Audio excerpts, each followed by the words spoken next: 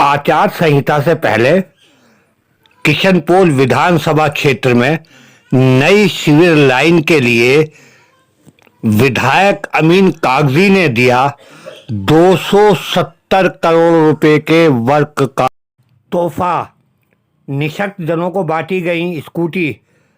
रामगंज चौपड़ पर भारी भीड़ के दरमियान किया गया शिलान्यास। यहाँ की खूबसूरती, यहाँ की गंगा जमनी तहजीब, यहाँ के लोग जितनी भी आवाम है एक दूसरे से बेहद मोहब्बत करती है। जहाँ तक सरकार का सवाल है, मैं आदरणीय मुख्यमंत्री जी का और शांति धारीवाल जी का इस अवसर पर बहुत धन्यवाद अर्पित करना चाहता हूँ कि 270 करोड़ की जो सीवरेज लाइन यहाँ से आज़ादी के बाद मुख्तलिफ दौर में छोटे छोटे टुकड़ों में वक्तन फवक्तन चेंज होती रही, लेकिन हम संपूर्ण पूरी चौकड़ियों में, जिसमें सारी किशनपोल की चौकड़ियाँ आती हैं और आजू बाजू के पूरे इलाके आते हैं, उसमें हम नई सीवर लाइन डालने जा रहे हैं।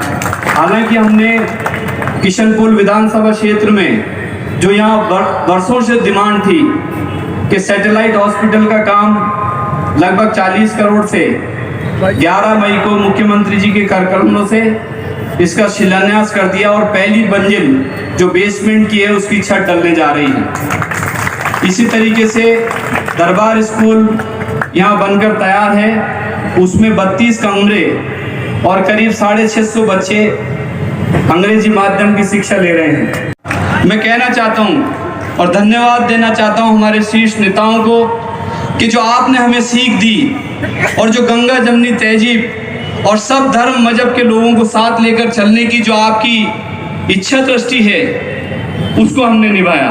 की योजना केवल अमीन भाई ने आपके सहयोग से पास कराई। मैं अमीन भाई को धन्यवाद देना चाहता हूँ। 4 दीवारी की सीवर लाइन हर बार चौक होती थी, 226 किलोमीटर का रेडियस में बनेगी। आप लोगों को अभी तो सिर्फ परिंदे शुमार करना है, हम सब जानते हैं किसका शिकार करना है।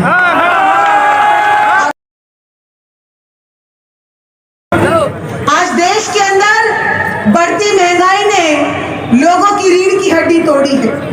आज देश के अंदर बढ़ते हुए बेरोजगार ने हमारे युवाओं को पढ़ लिख कर घर पर बिठा दिया है। और अगर किसी ने राजस्थान के अंदर लोगों का काम किया है, जो काम भाजपा को करना चाहिए था, महंगाई से राहत देने का काम, वो मुख्यमंत्री अशोक गहलोत जी ने किया है और महंगाई राहत आपको दिया है। ये तो 56 इंच की बात करते हैं, हम तो ये कहते हैं कि 56 इंच की छाती नहीं चाहिए। अगर प्रधानमंत्री मोदी जी 56 इंच का दिल भी रखते तो शायद देश के सब लोग समा जाते, लेकिन उनका दिल बहुत छोटा है। रख हौसला वो मंजर भी आएगा, रख हौसला वो मंजर भी आएगा, प्यासे के पास चलकर समंदर भी आएगा। रख हौसला वो मंजर भी आएगा, प्यासे के पास चलकर समंदर भी आएगा। थककर ना बैठेंगे ये मंजिल के मुसाफिर, मंजिल भी मिलेगी और मिलने का मजा भी आएगा। धन्यवाद। जय हिंद, जय भारत।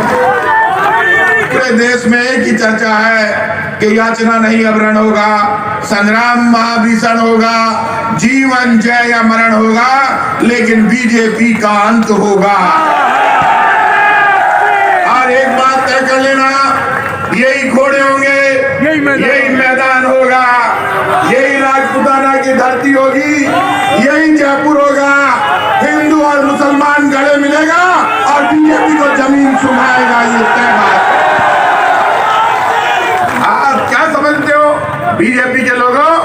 बीजेपी का एमपी आता है, बीजेपी का एमएलए आता है, सारे बीजेपी के नेता इकट्ठे होकर जयपुर में 3 दिन पहले दंगा फैलाने की कोशिश करते हो। बीजेपी वालों, तुम्हारी माँ ने दूध पिलाया है और तुम्हारे में दम है, तो ये चुनाव जब खत्म हो जाए तब दंगा फैलाने की कोशिश करना, कोई तुम्हें दंगा नहीं करने देगा। हम जयपुर में, ये राजधानी जयपुर है।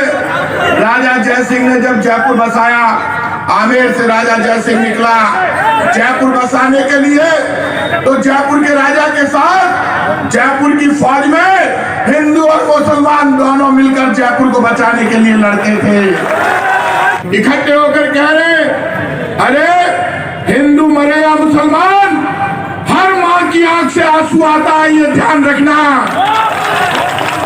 कांग्रेस हिंदू को भी गले लगाती है, मुसलमान को भी, सिख को भी, ईसाई को भी, फारसी को भी, जैन को भी, बौद्ध को भी।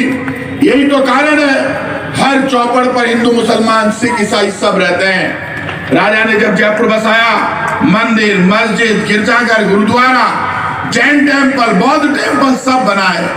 राजा ने कोई भेदभाव नहीं किया और जयपुर का मालिक गोविंद देव जी महाराज को बनाया। लेकिन सब मुसलमानों ने मिलकर जब मराठों ने हमला किया, होली का दिन था, तब सारे राजपूत तैयार थे। आप समझते हो होली के दिन जब फौजें अंदर तक आ गई, तब मुसलमान निकला, मरा भिड़ा, लेकिन मराठों को पीछे हटा दिया।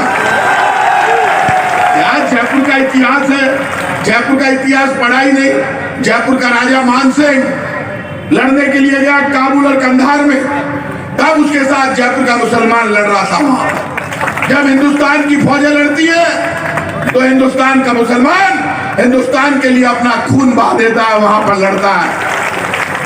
कौन है एपीजे अब्दुल कलाम?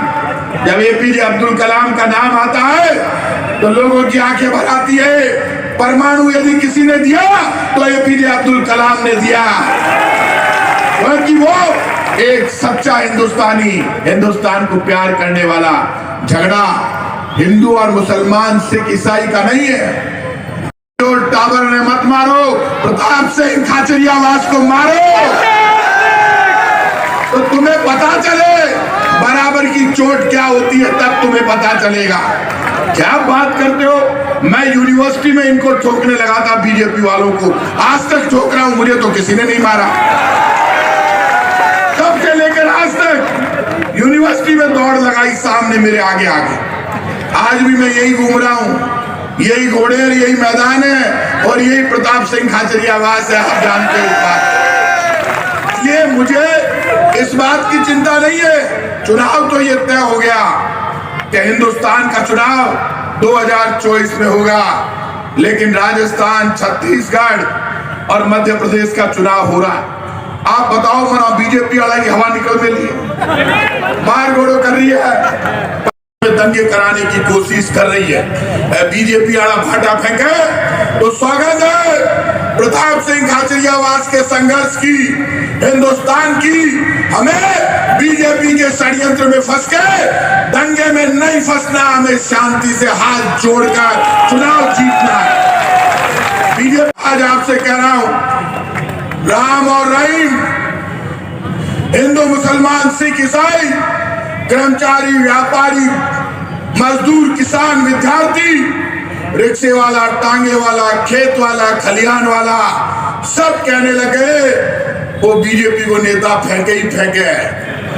एक भी बात ढंग की को नहीं करे, और ढंग की बात और मन की बात यदि कोई ईमानदारी से करता है तो कांग्रेस पार्टी का नेता राहुल गांधी करता है, जो खुल के बोलता है।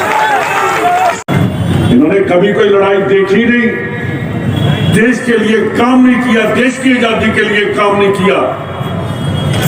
कोई जो सिख है, मुसलमान है, हिंदू है, उन लोगों ने देश को आजाद करवाया, बीजेपी ने आजाद नहीं करवाया।